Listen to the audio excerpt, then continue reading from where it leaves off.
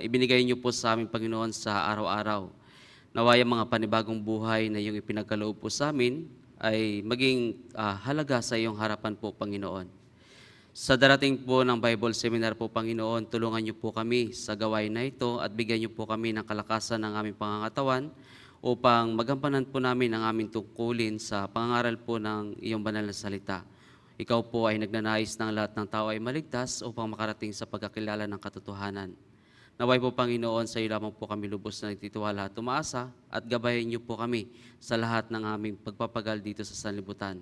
Nakakaranas man po kami, Panginoon, ng mga iba't ibang uri ng mga pagsubok sa aming buhay Kristiyano upang kami po ay mapanatili sa iyong iglesia po, Panginoon, at sa iyo lamang po kami na tumatawag sa lahat ng mga paghihirap na naranasan po namin. At naway po, Panginoon, yung mga kapatiran na dumanas sa iba't ibang uri ng mga pagsubok at karamdaman sa kanilang pisikal na pangangatawan, ikaw nawa ang magpuno ang lahat ng ito po, Panginoon, at pagalingin niyo po sila sa lahat ng iba't ibang uri ng mga karamdaman na ito. At higit sa lahat po, Panginoon, ay may mga kapatiran po kami na nanghihina sa kanilang pananampalataya. Tulungan niyo po sila, Panginoon, na malampasan po ang lahat ng ito at manumbalik po sa iyong iglesia. At naway ikaw po, Panginoon, ang makapangyarihan sa lahat na gumigising sa lahat ng mga Kristiyanong natutulog sa huling panahon po ng iyong pagbabalik.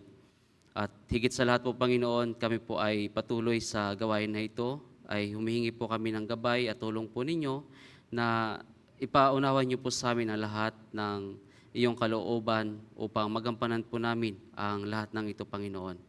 Muli po, Ama, gabayan niyo po kami sa oras na ito hanggang sa matapos po itong gawain. Sa iyo lamang po kami lubos na nagtitiwala at umaasa. Ito po ang aming dalangin sa pangalan ng iyong anak na si Jesucristo na aming Panginoon tagapagligtas. Amen. So, buksan po natin yung ating Biblia sa Mateo, sa aklat po ni Mateo.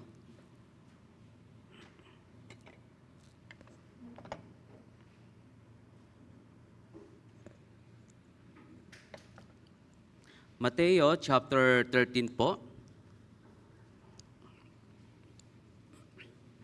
Mateo chapter 13 verse 47 hanggang 50 po. Mateo chapter 13 verse 47 hanggang 50. So, kung nariyan na, sama-sama po natin itong basahin. Gayon din naman, ang kaharian ng langit ay tulad sa isang lambat na inahagis sa dagat at nakahuli ng iba't ibang uri ng isda. Nang ito ay mapuno, hinila nila ito sa pangpang. Umupo sila at tinipon sa mga sisidlan ang mga mabubuti, ngunit itinapon ang masasama. Gayon ang mangyayari sa katapusan ng sanlibutan, lalabas ang mga anghel at kanilang ihiwalay ang masasama sa matutuwid at itatapon sila sa pugo ng apoy. Doon ay magkakaroon ng pagtangis at pagngangalit ng ngipin. So, sa oras na ito po yung verse na ipabahagi ko po sa oras na ito. Kaya pagbulay-bulayan po natin yung talatang ito. So, alam po natin, dito po sa Mateo chapter 13 ay punong-puno ng talinghaga ng Panginoon. So, maraming bagay siya na ginamit dito sa mga patungkol po sa mga talinghaga. Kaya ito po ay punong-puno ng salita ng Diyos at punong-puno ng kapangyarihan ng Diyos. At punong-puno ng kaalaman at karunungan sa pamamagitan po ng kanyang salita. So napakahiwaga po itong salita ng Panginoon patungkol po sa talinghaga. Pero yung ibabahagi ko po ay patungkol po sa lambat. Patungkol po ito sa lambat. Kaya kung makikita natin sa verse 3, sabi po dito, at nagsalita siya sa kanila ng maraming bagay sa pamamagitan ng mga talinghaga na sinasabi, makinig kayo, isang manghahasik ang humayo upang maghasik. So, alam po natin na naparito ang Panginoong Hesukristo sa sanlibutan upang ihasik niya yung banal na salita para sa lahat ng mga tao. Kaya kung mapapansin natin dito sa chapter 13, so halos punong-puno po ng talinghaga. So mga hasik, damo at trigo, so binhi ng mustasa, at pampaalsa, kayamanan. So maraming mamahaling perlas. At yung huli, ito po yung ang lambat. Kaya ang talinghaga na ito, kung paano ipinaliwanag ito ng Panginoong Jesucristo patungkol po sa kaharian ng langit, so ganun din po sa atin sa panahon po ngayon, ay pinapangaral din po ang patungkol po sa kaharian ng langit. Kaya nung naparito po ang Panginoong Jesucristo sa sanlibutan, sinabi niya, kayo'y magsisi dahil malapit na yung kaharian ng langit, malapit na ang kaharian ng Diyos. Kaya dito po, halos sa chapter 13, verse 47 hanggang 50, so dito ay magkatulad po ito sa verse 24 hanggang verse 30. So pinapaliwanag doon yung parehong talata sa pagbabalik ng Panginoon Jesucristo na malapit na nga yung kanyang kaharian. At yung iba ay hahantong po ito sa kahatulan. So alam po natin na tayo mga Kristiyano, malapit na yung pagwawakas ng mundong ito. Malapit na ang pagwawakas. Kaya tayo po ay nagpapatuloy sa paghahasik sa binhi ng salita po ng Diyos. Kaya ang mundong ito, so pinapaliwanag dito sa verse 47 hanggang 50. So sa verse 47, sabi niya, gayon din naman ang kaharian ng langit ay tulad sa isang lambat na inihagis sa dagat at nakakahuli ng iba't ibang uri ng isda. So, kung maintindihan po natin at maunawaan po natin ito, so sa mundo natin may iba't ibang lahi sa mundo natin. So, iba't ibang uri ng mga tao sa mundo natin. So, mayroong mga mababait, mayroong mga mabubuti, mayroong mga mananampalataya at mayroon din pong hindi mananampalataya. So, ganun po yung sa mundo po natin. So, halos parehas din po sa talinghaga na ibinigay po ng Panginoon. Kaya ito po, yung hiwaga na ibinigay po ng Panginoong Jesucristo ay malaman kung bakit ibinigay niya po ito. So, di ba? Nung siya po ay nasa tabing dagat, so sumakay siya doon po sa bangka dahil nakita niya napakaraming tao. Dahil hindi doon niya mismo ay sumakay siya at ipinahayag niya po yung salita ng Diyos patungkol po sa talinghaga ng lambat. Kaya siguro naisip ng Panginoong Jesucristo na nakikita niya sa mga tao kung paano sila namuhay dito sa sanlibutan. Kaya halimbawa niya yung lambat at yung isda at yung dagat.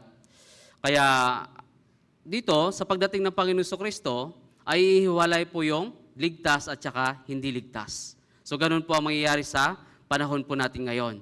So sa kaharian ng Diyos ay magkakaroon po tayo ng buhay na walang hanggan. Ito po yung kanyang pangako. Kaya dito sa verse 47, gayon din naman ang kaharian ng langit ay tulad sa isang lambat na inihagis sa dagat at nakahuli ng iba't ibang uri ng isda. Kaya sa panahon natin ngayon, so tuloy-tuloy po yung pangangaral po ng Ebanghelyo. Tuloy-tuloy po yung pangangaral po ng Ebanghelyo at iba't ibang uri ng isda na nahuhuli sa panahon po natin ngayon. Kaya tulad sa nabasa po natin dito, so, ganun din po sa panahon po natin ngayon ay iba't ibang uri ng mga isda o ang nahuhuli sa panahon po natin ngayon. Iba't ibang mga lahi. So, ginamit po ito ng Panginoong Jesucristo para mas maunawaan natin yung buhay natin dito sa sanlibutan. Kaya, kailangan, tayo mga Kristiyano ay kailangan ay magpasakop po tayo sa Panginoong Jesucristo. Kaya tayo po mismo ay siya po ang namumuno po sa atin, kaya siya po ay yung ating hari. Siya po yung ating hari sa buhay Kristiyano. Kaya ang isang Kristiyano dapat ay magpasakop at sumunod po sa Panginoon. So, halimbawa, so dito sa Pilipinas, so nagpapasakop tayo sa takbo ng gobyerno. Nagpapasakop tayo. So, higit pa doon na dapat ay ganun din po ang gawin natin sa Panginoong Jesucristo, sa kanyang salita na dapat po ay magpasakop po tayo sa kanya. So sa huling panahon, so makakatanggap din po tayo ng reward, di ba? So sa panahon po natin ngayon ay sa pamumuno po ng mga government, di ba may mga reward na binibigay sila kapag may nakakahuli ka or meron kang napupulot, and then may reward. Pero sa atin po, sa pagpapasakop po natin sa Panginoon, so bandang huli po ay magkakaroon po tayo ng reward. Sa pagpapagal natin, sa mga paghihirap natin dito sa sanlibutan, meron po tayong benepisyo na matatanggap po sa pagbabalik po ng Panginoon. Kaya kung paano ang Panginoong Jesucristo ay nagpasakop din po sa kanyang Ama nung siya ay sinugo dito, so dapat po ay ganun din po tayo.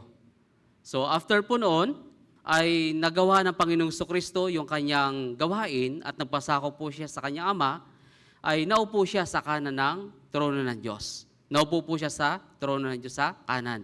Kaya natapos niya po yung kanyang gawain dito po sa sanlibutan. Kaya punta po tayo sa Hebreo chapter 12. Hebreo po, chapter 12.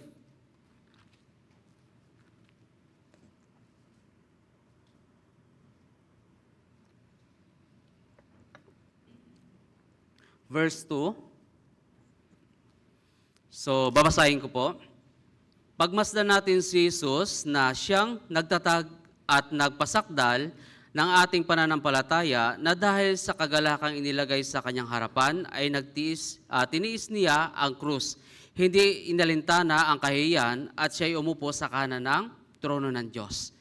Hindi niya inalintana ang lahat ng kahihiyan na kanyang tinanggap noon siya ay nabubuhay dito sa sanlibutan. And then, nung natapos niya, sabi, naupo po siya sa kanan ng trono ng Diyos. So, ibig sabihin po, kapag naupo siya, tapos na lahat ng kanyang trabaho. Tapos na ang kanyang lahat na trabaho o tungkulin na ginampanan po dito sa sanlibutan. Kaya tayo po, ay bakit nananatili pa po tayo dito sa sanlibutan? Kasi yung tungkulin ng isang Kristiyano ay hindi pa natatapos. So, ibig sabihin, yung lambat po ay hindi pa puno. Hindi pa puno yung lambat. Kaya tayo po ay nanatili pa po tayo dito para sa pangangaral po ng Ibanghilyo. Para tayo po ay kailangan makipag-cooperate tayo, na makasama tayo dito, na tulong-tulong na mapuno po yung lambat hanggang sa pagbabalik po ng Panginoong Jesucristo. Kasi hanggang ngayon ay patuloy pa rin po ito sa pangangaral kasi hindi pa sapat o hindi pa puno po itong lambat. Bakit po? Bakit hindi pa puno? Kasi meron pa po tayong kailangan gawin na kailangan mahanap po natin yung mga nawawalang tupa ng Panginoong Jesucristo. So, ganun po yung pagpapahayag sa patungkol po sa lambat. Inihagis sa mundong ito ang lambat para ipahayag po yung salita ng Diyos. So, isa po tayo doon na mga Kristiyano na nakipahagi sa gawain po ng Diyos hanggang sa mapuno po itong lambat. Kaya kailangan, sa verse 3, isalang-alang ninyo siya na nagtiis ng gayong pagsalungat ng mga makasalanan laban sa kanyang sarili upang kayo huwag manghina o manlulupaypay o manlupaypay. Kaya ang Panginoong Jesucristo, tiniis niya lahat. Siya ang nagtiis po lahat. Kaya ipinakita niya ito sa atin para ano po?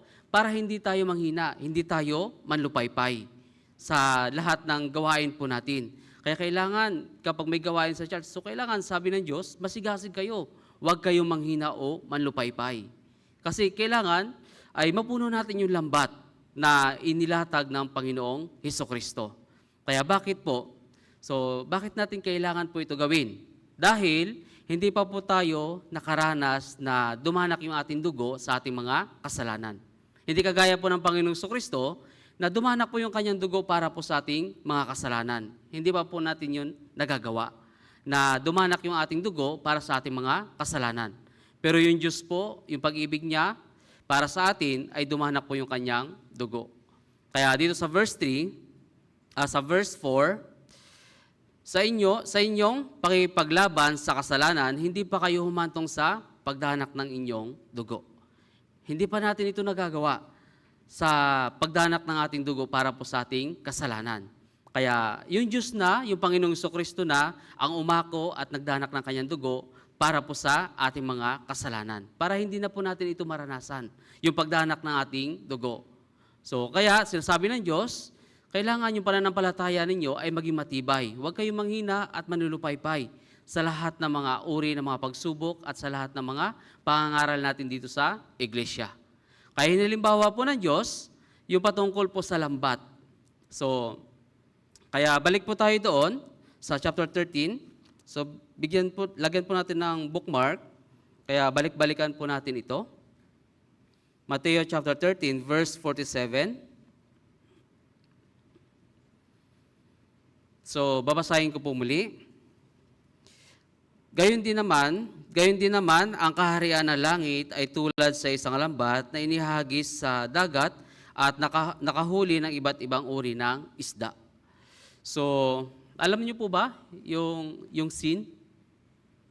So, hindi ko alam kung ano po yung pronunciation na tama. Kasi yung Bisaya ay malambot, may matigas. So, ito po,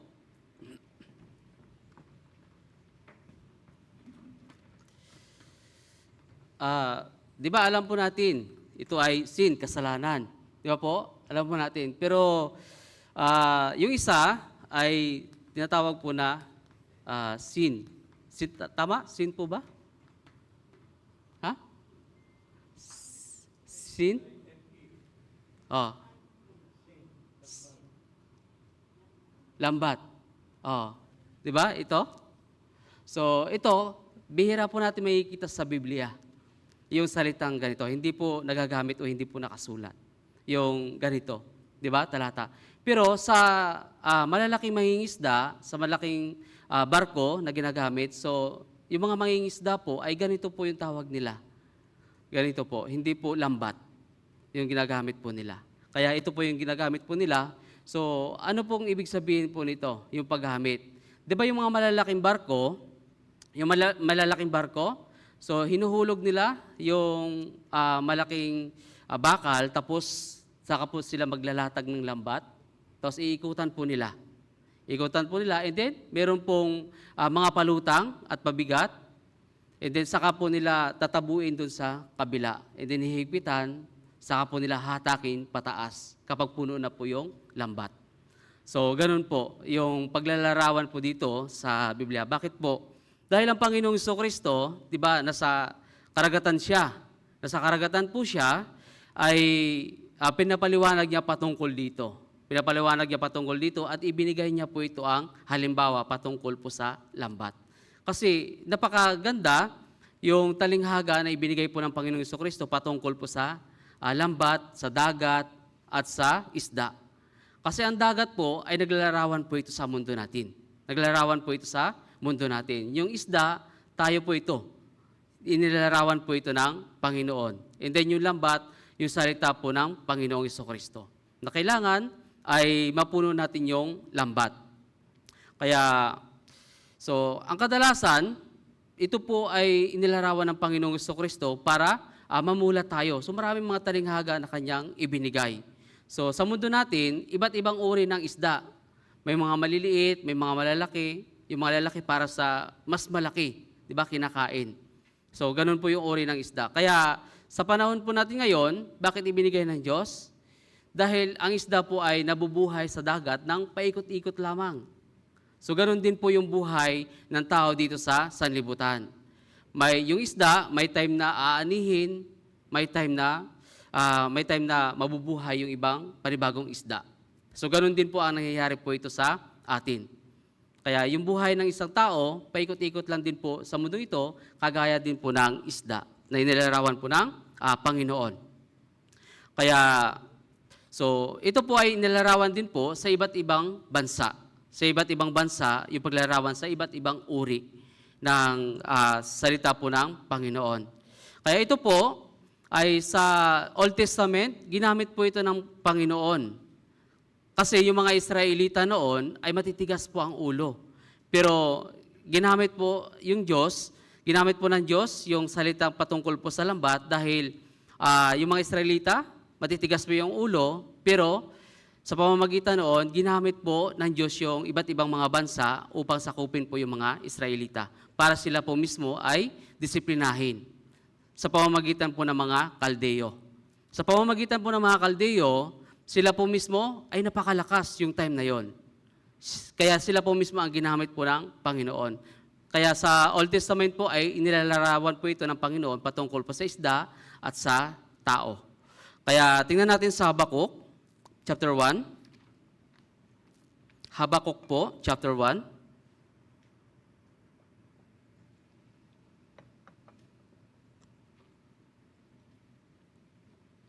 Habakuk, chapter 1. Verse 14 hanggang 15 po. Habakuk chapter 1, verse 14 at 15. So kanina babasahin ko po. Sapagkat ginawa mo ang mga tao na gaya ng mga isda sa dagat, gaya ng mga gumagapang na bagay na walang namumuno. Kayang binubuhat sila lahat ng mga sa pamamagitan ng bingwit, kanyang hinuhuli sila sa kanyang lambat, at kanyang tinitipon sila sa kanyang panghuli, kaya't siya'y nagagalak at nagsasaya. Kaya yung time po ni Habakuk, Propeta Habakuk, ay nagdaing po siya sa Panginoon.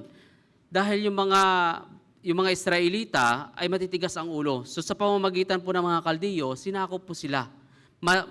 Malalakas po yung mga Kaldeyo. Yung mga kabayo nila, mas mabibilis pa po doon sa mga leopardo. Mas mabibilis pa. Kaya ito po ay ginamit po ng Panginoong Jesucristo nung sinakop po yung mga Israelita. Sa pamamagitan po ng mga Kaldeyo. Malalakas po yung mga Kaldeyo nung time na yon. Kaya sila po mismo, dinalhan po ng lambat. Ano po yung lambat? Yung iba't ibang uri ng mga bansa na nagbigay sa kanila ng disiplina. So sinakop po sila. Pero sa Mateo chapter 13, so doon po mismo ay nilarawan patungkol po sa kaharian po ng Diyos. Patungkol po yun sa kaharian ng Diyos. Pero dito ay nilarawan patungkol po sa tao, yung isda sa dagat. Kaya sa Mateo chapter 13 verse 47, so balik po tayo. Mateo chapter 13 verse 47. So babasahin ko po muli. Gayon din naman ang kaharian ng langit ay tulad sa isang lambat na inihagi sa dagat at nakahuli ng iba't ibang uri ng isda. So kaya dito inilarawan po ang kaharian ng Diyos bilang siyang humahayo sa mundong ito. Para ano? Para ikalat yung salita po ng Panginoon. Kaya sa verse 19, sa Mateo chapter 4 verse 19, sabi po doon, ang mga alagad ang alagad ng Diyos ay ginawang tagapangmalakaya. Di ba? So doon po mismo ay ginamit po ng Diyos yung patungkol po sa mga tao na mangangaral po ng Ebanghelyo. Sa Mateo chapter 4 verse 19. Kaya doon po mismo sabi ng Diyos, gagawin ko kayo tagapangmalakaya ng tao. Di ba mga mangingisda po noon? Mga mangingisda po yung kanyang nakuha para sa pag-aaral po ng salita po ng Diyos. Kaya marami pong mga tao na iba't ibang uri sa mundong ito. Kaya ganun din po sa atin, may mga naliligtas na iba't ibang mga lahi. Kaya sa panahon natin ay ginagamit po ito, yung pangangaral po ng salita po ng Diyos. Kaya sa Ezekiel po, chapter 12, Ezekiel chapter 12, verse 13, Ezekiel chapter 12,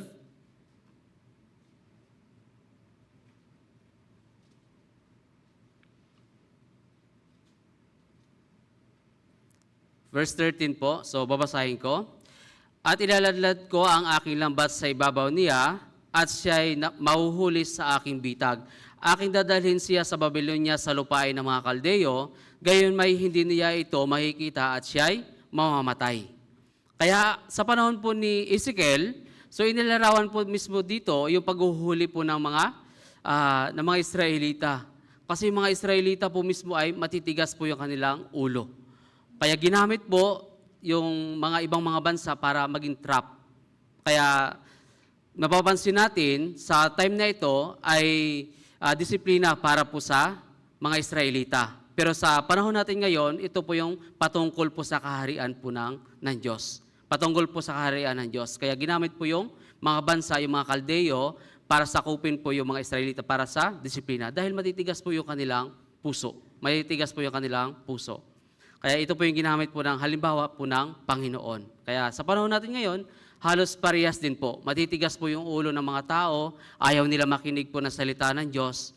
Kaya bandang huli po, sa pagtitipon ng Panginoon, ihiwalay po yung mga ligtas at saka hindi ligtas. Sa huli, yun po mismo ang magiging trap po sa kanila na ayaw nila sumunod sa salita ng Diyos. Magiging trap po sa kanila itong lambat na yung paghuhukom ng Diyos ay hahantong sa paghuhukom. Kaya dito, so bawat klase ng mga isda ay iba't iba So tinipon ng mga tao kapag sila po ay nangingisda, tinitipon po nila ito.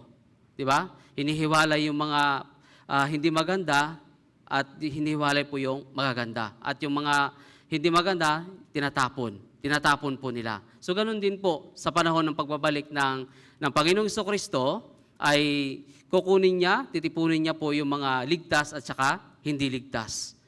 Kaya sa Mateo chapter 13 verse 48, so tingnan po natin. Mateo chapter 13 verse 48.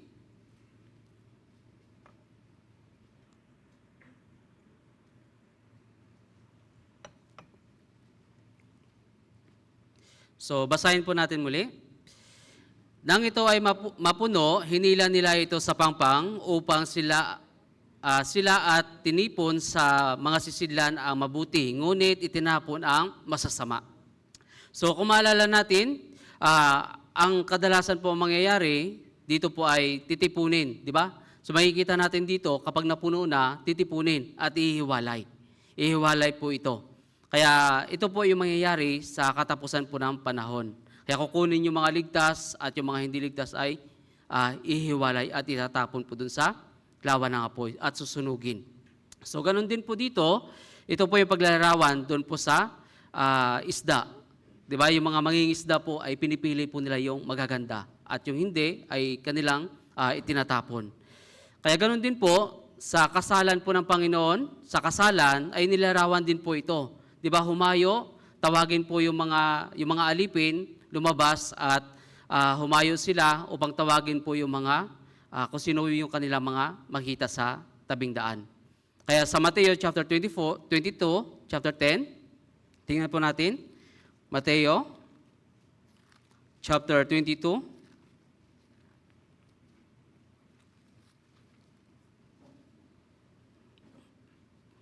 verse 10.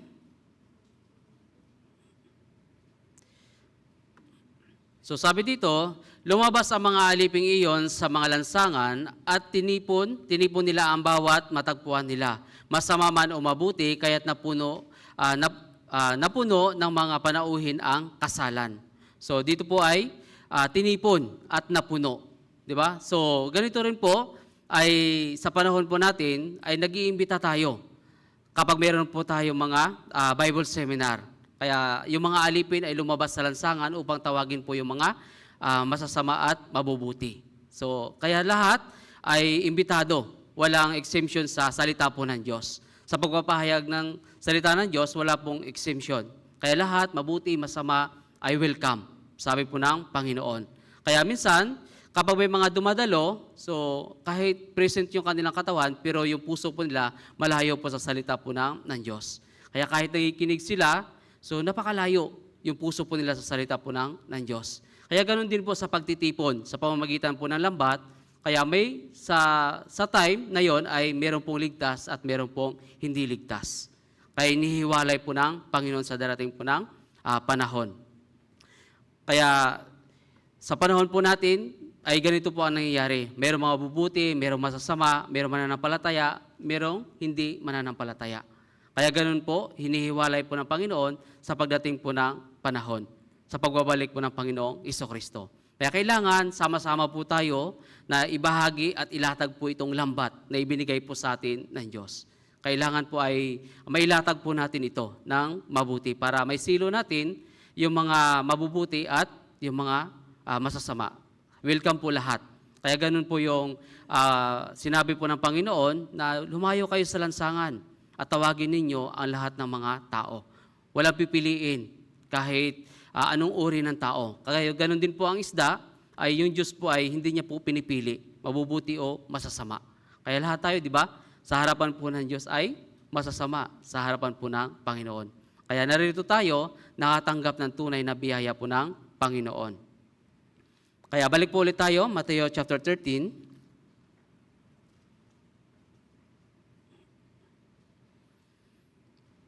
Mateo chapter 13 verse 47. So babasahin ko po muli. Gayon din naman, ang kaharian ng langit ay tulad sa isang lambat na inihagis sa dagat at nahuli ang iba't ibang uri ng isda. Kaya kanilang tinipon Di ba? Kanilang tinipon ang iba't ibang uri ng isda at kanilang inihiwalay ang mabubuti at masasama. So ibig sabihin, meron sa time na ito, merong mga isdang buhay, merong isdang patay. Di ba? Merong isdang buhay at meron pong isdang patay. So yung isdang patay, hindi na po masarap kainin. Di ba? Hindi na masarap kainin. Pero dito po ay nilarawan po dito, yung mga patay po yung espiritu at saka yung buhay na espiritu. So yung mga buhay na espiritu, yung mga Kristiyano at yung mga patay na espiritu ay ito po yung mga hindi pa ligtas o hindi pa nakakaunawa po ng kaligtasan. Kaya ganito rin po yung paglalarawan po doon sa Mateo chapter 25. So Mateo chapter 25 po, tingnan natin.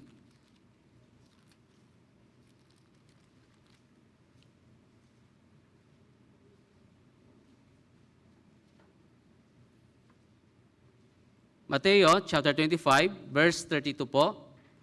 So, basahin po natin.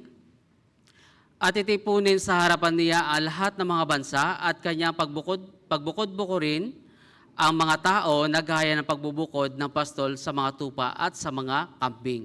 Di ba? So, maraming nilarawan ng Panginoon patungkol po sa paghihiwalay. Sa paghihiwalay ng mabubuti at masasama. Kaya nga dito sabi, titipunin sa harapan niya ang lahat ng mga bansa at kanyang pagbukod-bukurin ang mga tao na gaya ng pagbubukod ng mga pastol sa mga tupa at mga kambing. So alam po natin na yung tupa at saka yung kambing ay hindi po maaaring magsama. Dahil yung tupa po ay mabait, yung tupa ay masunurin, yung kambing po ay matitigas ang ulo. Matitigas po yung ulo, kaya hinihiwalay. Kaya kahit sa panahon po natin ngayon, halos nangyayari na po ito, yung paghihiwalay ng tupa at ng mga kambing. Sa panahon po natin ngayon. Pero sa katunayan, sa pagdating po ng Panginoon, ay hiwalay po ito yung kambing at saka ng mga tupa. So hindi po di maaari magsama yung kambing at saka ng tupa. Kaya ito, ibig sabihin, ipinapaliwanag din po ito ni Apostol Pablo na hindi pa napupuno yung kulungan para po sa mga Kristiyano, sa mga tupa. So kailangan po ay mangyari ang lahat ng bagay na ito na ipahayag sa buong mundo yung salita po ng Panginoon. Kaya sa Roma chapter 11 po, Roma chapter 11,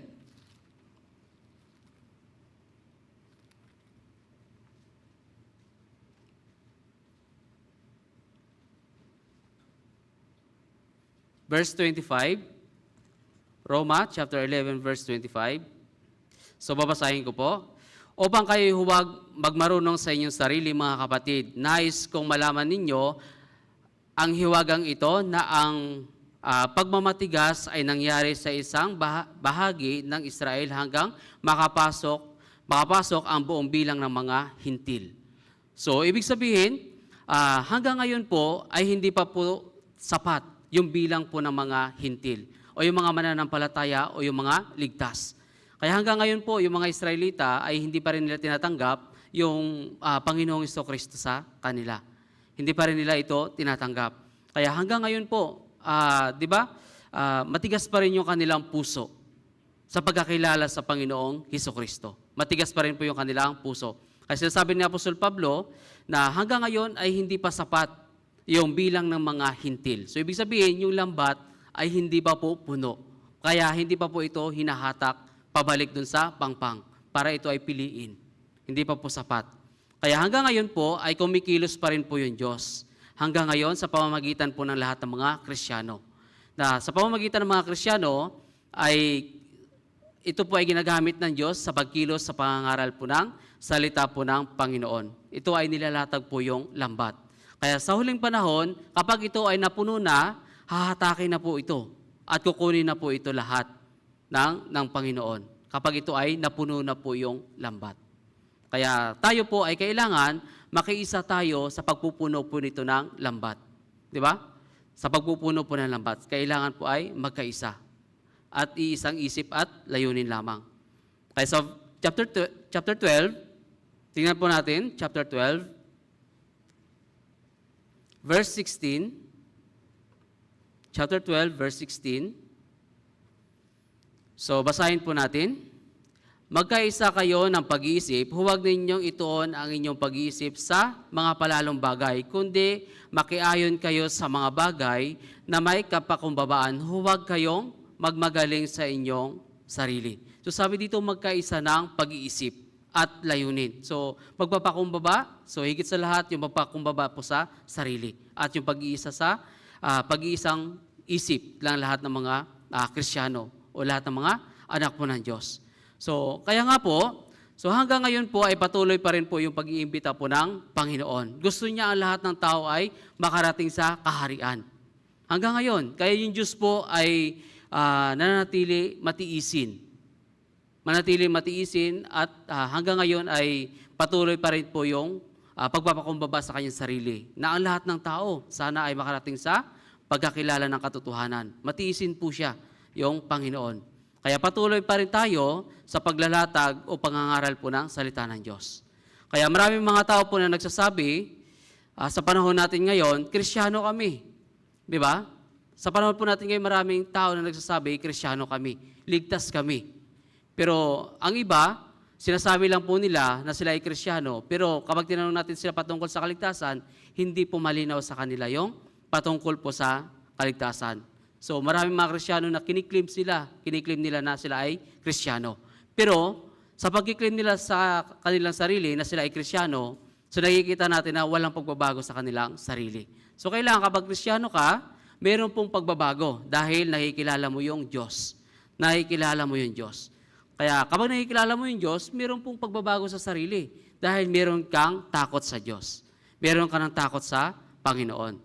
Kaya yung iba, so kapag walang pagbabago sa sarili, ay ito po ay hindi niya lubos na nakikilala pa yung Panginoon. So maraming mga Kristiyano na ganito na nakikita po natin na hindi tunay na mga Kristiyano. Kaya balik po ulit tayo, Mateo chapter 13. Mateo chapter 13. Verse 48. Mateo chapter 13 verse 48. So basahin po natin. Nang ito ay mapuno, hinilan nila ito sa pangpang. Umupo sila at tinipon sa mga sisidlan ang mabuti, ngunit itinapon ang masasama. So ito po mismo ang paglalarawan po sa mundong ito. Yung dagat po ay naglalarawan po sa mundong ito. So anong kahulugan po ng dagat? So, kung ano po ang nangyayari sa mundong ito, so yung tao ay lumalangoy sa sarili nilang buhay. So, umiikot po yung kanilang buhay, gagaya po ng isda. May panahon na mamamatay, panahon silang mahuhuli, di ba? So, panahon ng pagdami. So, ganun din po, nilalarawan po ng Biblia ng Panginoong Jesucristo kung ano po yung paglalarawan po doon sa dagat. So, naglalarawan po sa sanlibutan. And then, yung lambat po, naglalarawan po sa salita po ng Diyos. Kaya hinihagis po ng Diyos yung lambat sa buong mundo. Para ano? Para ipangaral po yung salita ng Diyos para ang lahat ng mga tao ay magkaroon po ng tunay na kaligtasan. Magkaroon po ng tunay na kaligtasan. Kaya sa mundong ito, halos ganun din po sa dagat. 'Di ba? Yung dagat po ay hindi natin alam. Minsan yung pag-uugali ng dagat, minsan pabago-bago. Lumalakas yung alon, lumalakas yung hangin. So, ganun din po sa mundong ito. Wala rin kasiguraduhan. Wala rin po kasiguraduhan. Bakit po? So, ngayon tahimik. Pero hindi natin alam, maya-maya may lindol, meron po mga bagyo, pagputok ng bulkan. So, walang kasiguraduhan dito sa mundo. Walang kasiguraduhan. So, yung dagat ganun din. Makikita natin payapa yung dagat. Pero pag may time na lumalakas yung hangin. Kaya minsan, ay nagkakaroon ng sakuna sa karagatan. Kaya kahit po ang malalaking barko, di ba? Kahit malalaking barko, ay tumatanggap din po ng pagkasira doon sa dagat. Kahit yung mga galing mag-swimming, nalulunod din. Kasi walang kasiguraduhan doon sa dagat. Ganon din po sa mundong ito. Walang kasiguraduhan dito sa mundo. Kaya ibinigay ng Diyos yung kanyang salita para maunawaan natin yung talata na ibinigay niya sa atin kung paano po tayo dapat mamuhay na isang Kristiyano. Kung saan po natin ituon po yung ating sarili. Kaya bakit po pinapaliwanag po ng Panginoon Jesucristo patungkol po sa dagat? Di ba? Walang kasiguraduhan kagaya po sa mundong ito. Bakit? Inilarawan din po ito ni Apostol Pablo kung ano yung nararanasan niya nung siya ay nalayag. Di ba? So, ikalawang Korinto, chapter 11. So, tingnan po natin, ikalawang Korinto, chapter 11.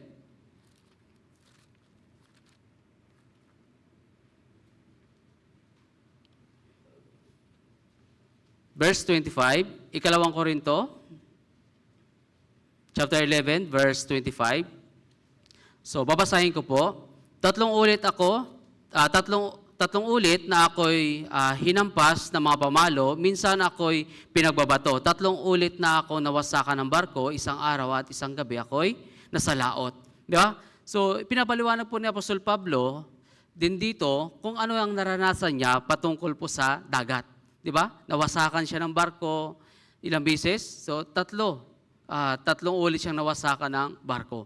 So, sa panahon natin, kung naalala natin, yung Titanic, sabi nila, hindi lulubog yung Titanic, kahit matibay ito, sabi nila.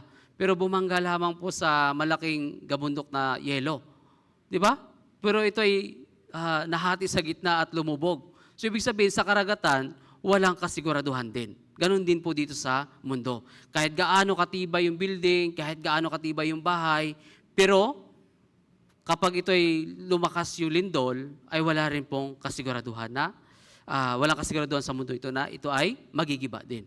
Kaya ito, pinapaliwanag din po ni Apostol Pablo kung papaano yung paglalayag niya ay nasiraan siya ng barko. So, ibig sabihin, walang kasiguraduhan din sa dagat at dito sa mundong ito. Walang kasiguraduhan. Kaya nilarawan po ito ng Biblia, yung talinghaga patungkol po dun sa lambat. Kaya sa Job po ay ganun din. Inilarawan po ito ni Job. Sinasabi ni Job na sino ang umahawak at nagsasara ng pinto sa karagatan, kundi ang Panginoong Jesucristo lamang ang umahawak po nito. Kaya tingnan po natin sa Job chapter 38. Sa Job chapter 38.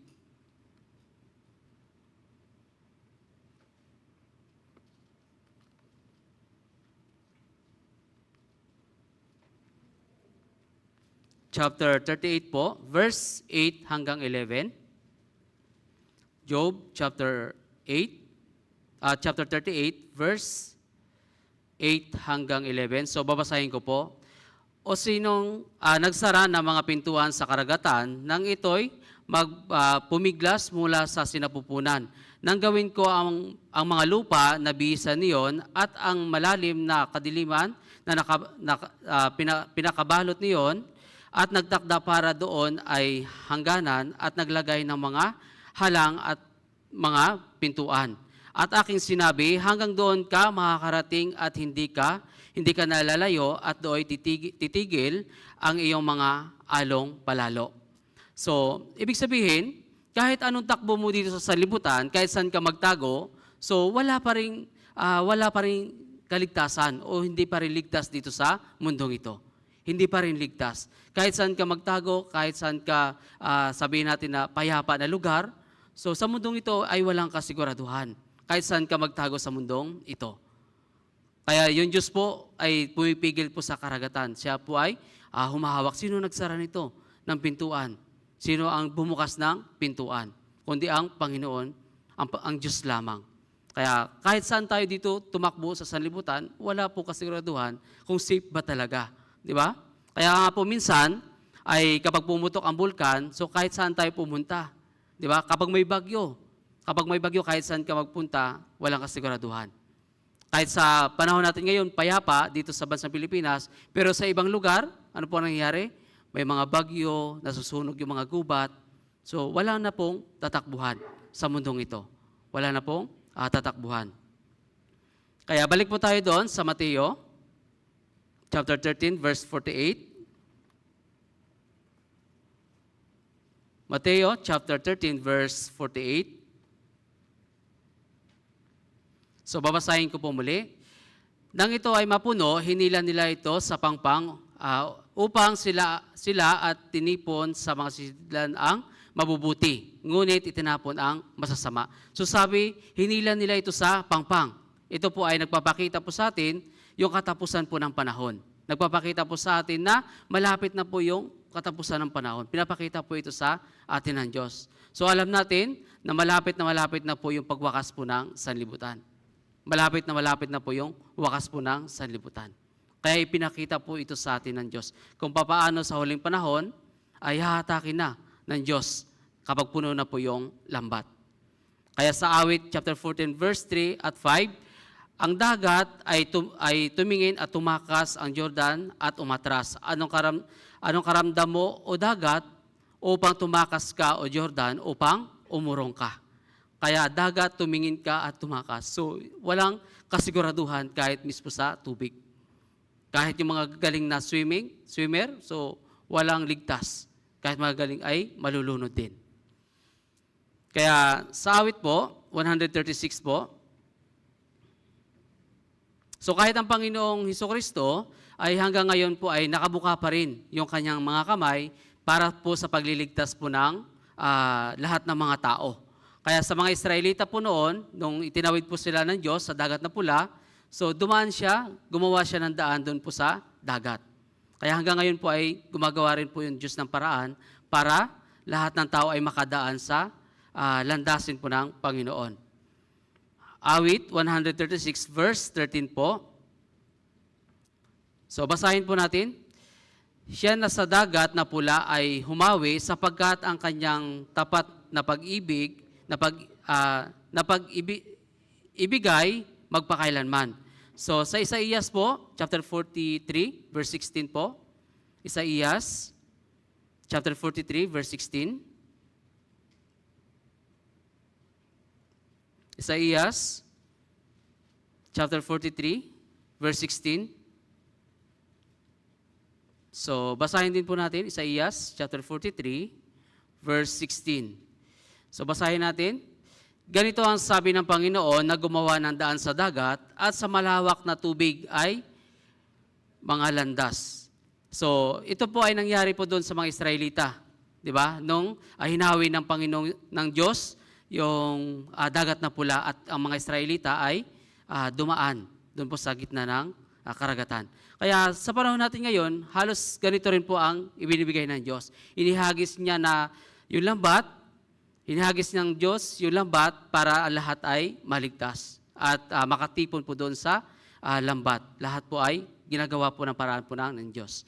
Kaya hanggang ngayon po, nakabuka pa rin yung kamay ng Diyos para ang lahat ng tao ay makapasok po doon sa kanyang kaharian. Hanggang ngayon. Kaya matiisin pa rin po yung Diyos. Kaya inilarawan po ng Diyos, ng Panginoong Hesukristo, yung dagat at yung lambat at yung isda sa atin. Inilarawan po ito. Kasi madali po natin mauunawaan kung ano ang buhay ng isda sa karagatan.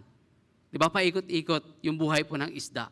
Kaya pinilarawan po ito ng Diyos, ng Panginoong Hesukristo, sa lahat po ng mga tao.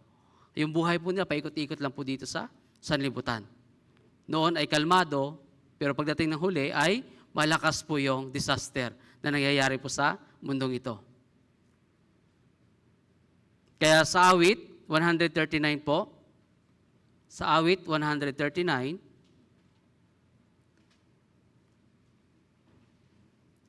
verse 9 at 10,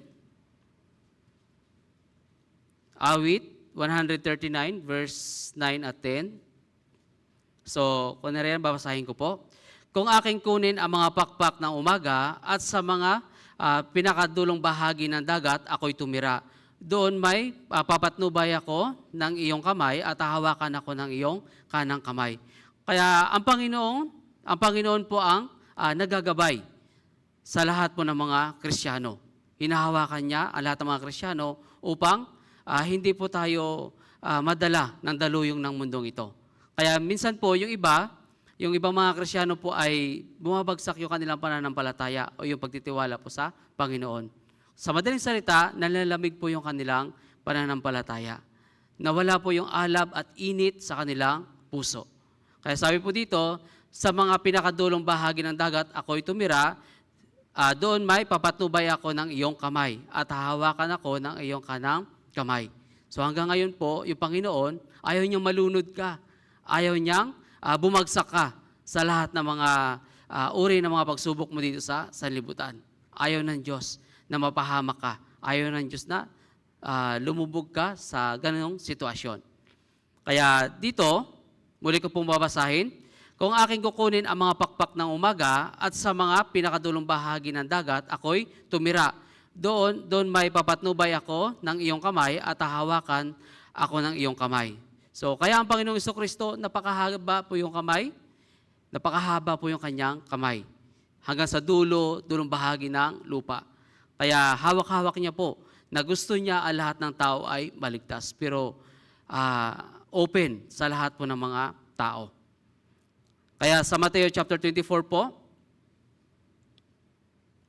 sa Mateo chapter 24, kahit hanggang ngayon po, yung salita ng Diyos ay hindi lumilipas, kahit hanggang noon at hanggang ngayon ay salita pa rin ng Diyos. Hindi kumukupas at lumilipas. Mateo chapter 24, verse 35.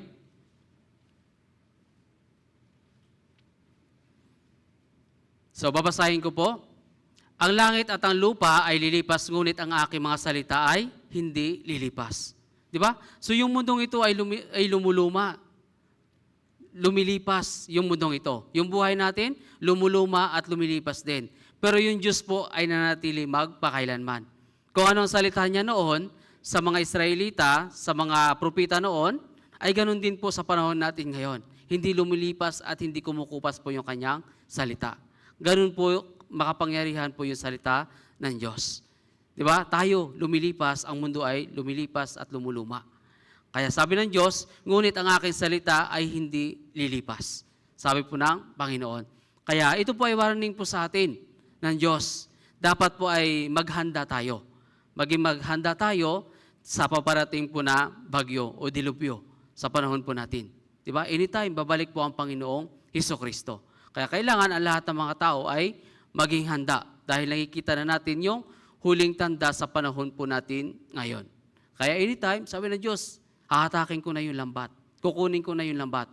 At sa bandang huli, ihiwalay ko yung mga Kristiyano at saka masasama. Kaya hanggang ngayon, yung Diyos po ay naghihintay pa rin sa lahat ng mga Kristiyano din na natutulog na manumbalik kayo sa akin. Ngayon na yung panahon para manumbalik kayo sa akin. Sabi po ng Panginoon. Kaya balik po tayo, Mateo chapter 13, verse 47.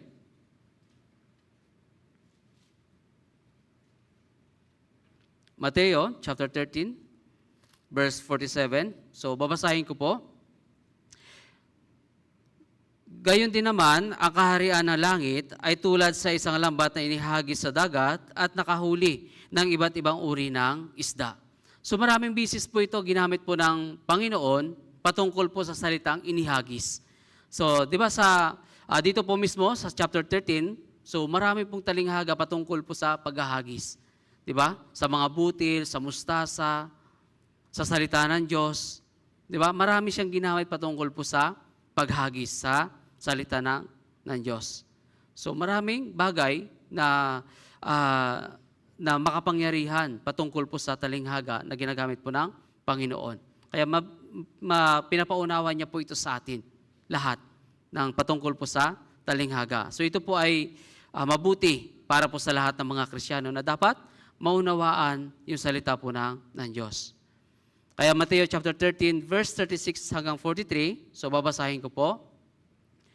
Pagkatapos ay iniwan ni Jesus ang napakaraming tao at pumasok sa bahay, lumapit sa kanya ang kanyang mga alagad na nagsasabi, ipaliwanag mo sa amin ang talinghaga ng mga damo sa bukid. Sumagot siya at sinabi, ang naghahasik ng mabuting binhi ay ang anak ng tao. Ang bukid ay ang sanlibutan. Ang mabuting binhi naman ay ang mga anak ng kaharian. Subalit, ang mga damo ay ang mga anak ng masasama. Ang kaaway ay naghahasik ng mga ito ay ang dyablo. Ang kahinaan ay ang katapusan ng sanlibutan. Ang anihan ay ang katapusan ng sanlibutan. At ang mga manggagapas ay ang mga anghel. Kaya't kung paano tinipon ang mga damo upang sunugin sa apoy, gayon din ang mangyayari sa katapusan ng sanlibutan. Di ba? So, ganun din ang mangyayari sa sanlibutan. Titipunin ang damo at susunugin. Susunugin ng anak ng tao ang kanyang susuguin ng anak ng tao ang kanyang mga anghel. At itipunin nila sa labas ng kanyang kaharian ang lahat ng mga sanhi ng pagkakasala at ang mga gumagawa ng kasamaan. At itatapon nila ang mga ito sa pugon ng apoy. Doon ay may pagkakaroon ng pagtangis at pagngangalit ng ngipin. Kung magkagayoy, magliliwanag ang mga matuwid na tulad ng araw sa kaharian ng kanilang Ama. Ang mga may pandinig ay makinig. Di ba? So, mapapansin natin dito kung paano iniwalay ng Diyos yung damo at saka yung mga trigo. So, dito po, yung mga Kristiyano po ay ganun po ang mangyayari. And then, yung iba ay susunugin. Di ba? Susunugin sa pugon ng apoy. So, doon sabi, mayroon po pagngangalit ng ngipin. So, naranasan niyo po ba yung sakit ng ngipin? Naranasan niyo po ba yung sakit ng ngipin? So, gaano kasakit? Di ba? Sobrang sakit. So, halos buong katawan mo ay damay sa sobrang sakit. So, ganun din po. Kapag natutuon na po sa impyerno, ay pinapaliwanag po dito, parang kagaya po ng pagngangalit ng ngipin. Di ba? Sobrang sakit. Ganun po ang mangyayari sa huling panahon.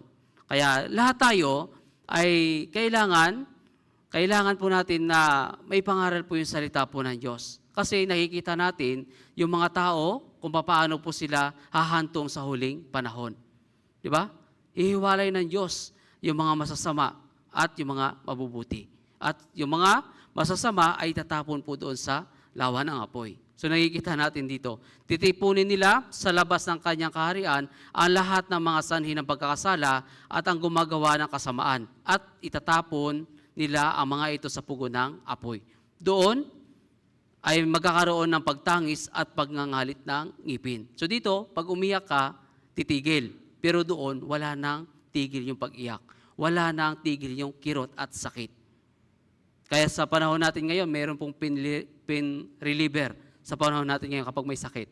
Pero doon sa impyerno, kahit pain reliever ay hindi na tatalab sa ating katawan. Kahit wala ng tubig. Di ba? Lahat po doon ay walang saysay kundi lahat po doon ay paghuhukom at pagtatangis ang maramdaman ng isang tao. Kaya lahat po tayo ay nakakaramdam po ng pag-aawa doon po sa mga taong napupunta po doon sa impyerno. Kaya sa ikalawang Korinto, chapter 5, so tingnan po natin, ikalawang Korinto, chapter 5.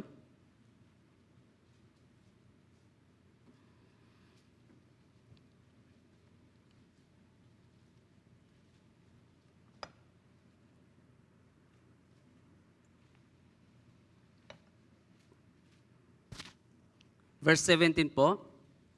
Verse 17.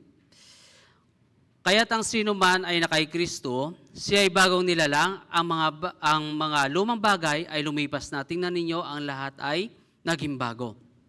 So, tayo po ito, di ba? Yung mga Kristiyano ay kailangan ay maging bagong buhay. Di ba? Kailangan may panibagong buhay sa mangyayari po sa atin. Lahat po tayo ay kailangan ay mamumuhay sa atin yung Panginoon.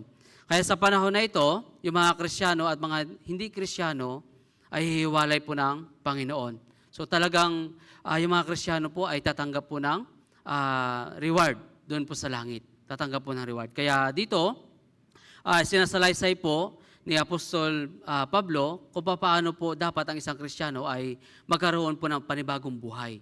Dahil sa atin ay hindi na nabubuhay yung ating sarili, kundi nabubuhay na po tayo sa Panginoon. Nabubuhay na tayo sa Panginoon. So tayo po ay hindi peking Kristiyano. Kailangan tayo po ay mamulat sa katotohanan na tayo ay maladlad yung tunay na Kristiyano.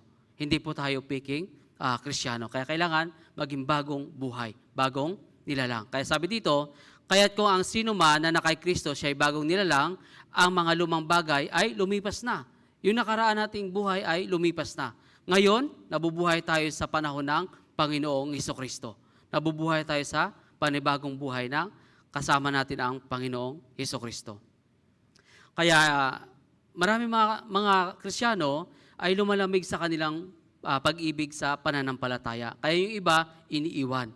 Ganito po, yung signs of the last days din. Yung mga maibigin sa salapi, maibigin sa kanilang sarili, maibigin sa pamilya. Di ba? And then, yung pananampalataya ay nanlalamig din. Kaya, ano po ang nangyayari? Naiiwan po yung dati nilang pag-aalab sa pag-ibig sa Panginoon. Ganito po ang nangyayari sa panahon po natin ngayon. Kaya kailangan matatandaan po natin na warning din po ito sa panahon po natin ngayon. Kaya sa unang Timoteo chapter 4, unang Timoteo chapter 4, verse 1, unang Timoteo chapter 4, verse 1. So basahin po natin, unang Timoteo chapter 4, verse 1. Ngayon ay maliwanag na sinasabi ng Espiritu na sa mga huling panahon ang iba'y tatalikod sa pananampalataya sa pamamagitan ng pakikinig sa mga mandarayang espiritu at sa mga aral ng mga demonyo. So, di ba, nakarinig na ng salita ng Diyos at ng katotohanan at ipinakita na ng Diyos kung paano sila niligtas. So, yung iba po ay tumatalikod sa kanilang pananampalataya. Bakit po? Ay sa church nyo boring, walang tugtugan, puro pag-aaral. Di ba? Ganun po ang nangyari. So, mahalaga sa atin na nalaman natin kung ano po yung kalooban ng Diyos. Yun po yung pinakamahalaga sa atin para mamuhay tayo na naaayon sa kalooban at salita po ng Diyos. Kaya ganito po ang nangyayari sa panahon po natin ngayon. Nanlalamig yung kanilang pananampalataya. Kaya dati, maalab po yung kanilang pananampalataya at bandang huli ay iniiwan nila yung dati nilang pananampalataya. Tumatalikod sa kanilang tunay na pananampalataya. Kaya sabi dito, ngayon ay maliwanag na sinasabi ng Espiritu na sa huling panahon ang iba'y tatalikod sa pananampalataya. Ito po ay nakakatakot. Tama po ba? Nakakatakot yung ganitong pananampalataya. Kaya nga po minsan, mas maganda na mag-stay sa church na hindi mo palubos na unawaan yung kaligtasan. At yung Espiritu ng Diyos ang tutulong sa iyo na ipauunawa sa iyo yung kaligtasan na dapat mo matanggap sa Panginoon. Kaya nga po yung iba, minsan, kapag may mga switching sermon, so yung iba, nag-testimony sila na 5 years sila sa church bago naligtas. Pero nag-stay sila kasi hindi pa nila nauunawaan yung kaligtasan. Pero habang nag-stay sila sa church, ay bandang huli, pinapaunawa po sa kanila ng Diyos yung tunay na kaligtasan. Di ba? 5 years, matagal. So sabi ko sa kanila, mabuti hindi pa bumalik yung Panginoong Jesucristo. Kung hindi, iwan ka sana. Di ba? So ibig sabihin, yung pag-ibig ng Diyos ay nandoon pa rin. Di ba? Yung pag-ibig ng Diyos ay nandoon pa rin. So napakahalaga na manatili sa church. Para ipaunawa po sa atin ng banal na Espiritu yung tunay na kaligtasan. So ngayon, malabo pa, pero bandang huli, sabi ng Diyos, mag-stay ka, pero papaunawa niya sa iyo bandang huli. Huwag tayong tatalikod sa ating pananampalataya. Pinakita sa atin ng Diyos yung kanyang ginawa para po sa atin. Kaya sa Judas, chapter 1, Judas, chapter 1, verse 17 hanggang 23. So ito po ay magandang mga verse na binahagi niya. Chapter 1, verse 17 hanggang 23. So babasahin ko po. Ngayon kayo mga minamahal, alalahanin ninyo ang mga salitang sinasabi noong una ng mga apostol ng ating Panginoong Hesukristo. Sapagkat sinasabi nila sa inyo, magkakaroon ng mga manlilibak sa huling panahon na lumalakad ayon sa kanilang sariling masasamang pagnanasa. Ang mga ito ay lumilikha ng pagkakabahabahagi mga taong makamundo na hindi nagtataglay ng Espiritu. Ngunit kayo mga minamahal, patatagin ninyo ang inyong sarili sa inyong kabanal-banalang pananampalataya. Manalangin sa Espiritu Santo. Ingatan ninyo ang inyong sarili sa pag-ibig ng Diyos na inyong hintayin ang habag ng ating Panginoong Hesukristo tungo sa buhay na walang hanggan. At ang ibang nag-aalinlangan ay inyong kahabagan. Verse 23, basahin natin. Ang iba'y inyong iligtas na agawin ninyo mula sa apoy, at ang iba'y inyong kahabagan na may takot, na inyong kapuutan maging ang damit na nadungisan ng laman. Kaya dito po, sabi po, ay marami pong darating na mga mangangaral, ng mga manlilibak. Diba? Tunay ka ng Kristiyano, naunawaan mo yung kaligtasan. Minsan may mga lumalapit, ay mali yung turo dyan sa inyo. Hindi ganyan ang paraan ng kaligtasan. Paano yung nakaraan mong kasalanan? Diba? Sinasabi nila, tubos na. So, ganun po. Yung paniniwala mo ay sisirain po nila. Diba? Yung paniniwala mo ay sisirain nila. Kaya mag-ingat po kayo sa inyong pananampalataya. Kaya sabi dito, magkakaroon ng mga manlilibak sa huling panahon.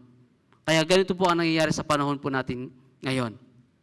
Kaya sabi dito, verse 19, ang mga ito, ang mga lumilikha ng pagkababahagi, mga taong makamundo na mga hindi nagtataglay ng Espiritu.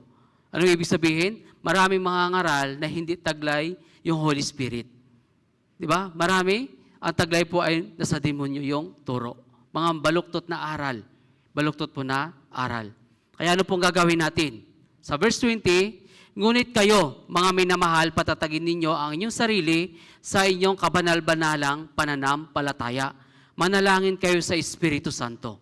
Di ba? Kailangan mas lubos po at taimtim yung ating panalangin. At patatagin natin yung ating pananampalataya. Kaya sabi dito, verse 21, ingatan ninyo ang inyong sarili sa pag-ibig ng Diyos.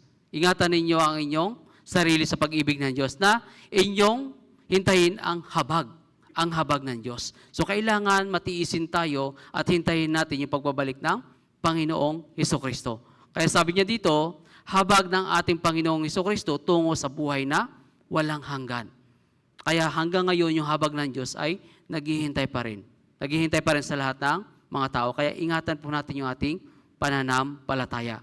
Habang iniingatan natin yung ating pananampalataya, ano po yung dapat nating gawin? Ano po yung dapat nating gawin? Verse 22, sabi, at ang iba'y nag-aalinlangan ay inyong kahabagan. Diba? Yung iba nag-aalinlangan sa kanilang pananampalataya. Kailangan alalayan sila. Alalayan sila at patatagin yung kanilang pananampalataya. Kaya minsan, nangihina sila. Kaya kailangan ang isang Kristiyano, akayin sila, patatagin, at meron pong habag sa bawat isa.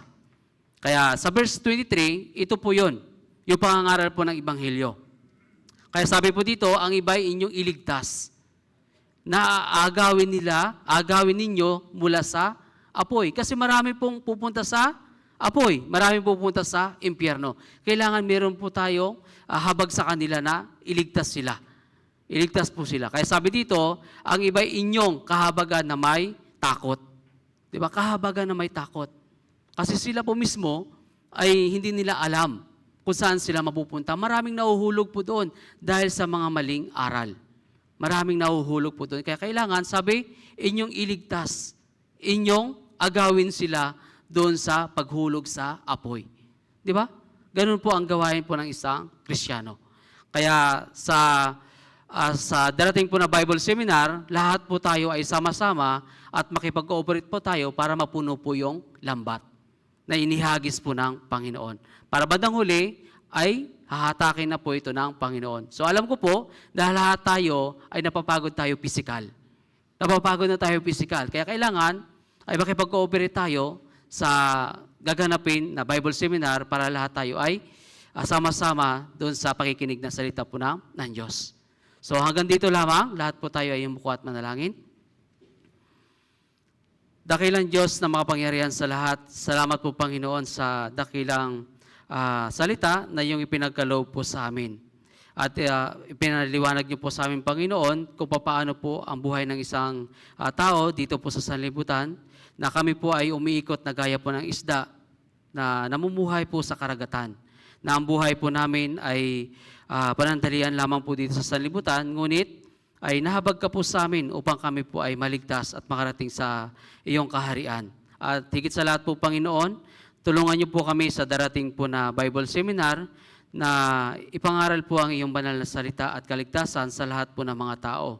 At idadalangin po namin, Panginoon, na yung mga naimbitahan po namin ay buksan niyo po ang kanilang mga puso at ipaunawa niyo po sa kanila ang iyong kasulatan at ang kaligtasan na kailangan po nilang matanggap po, Panginoon.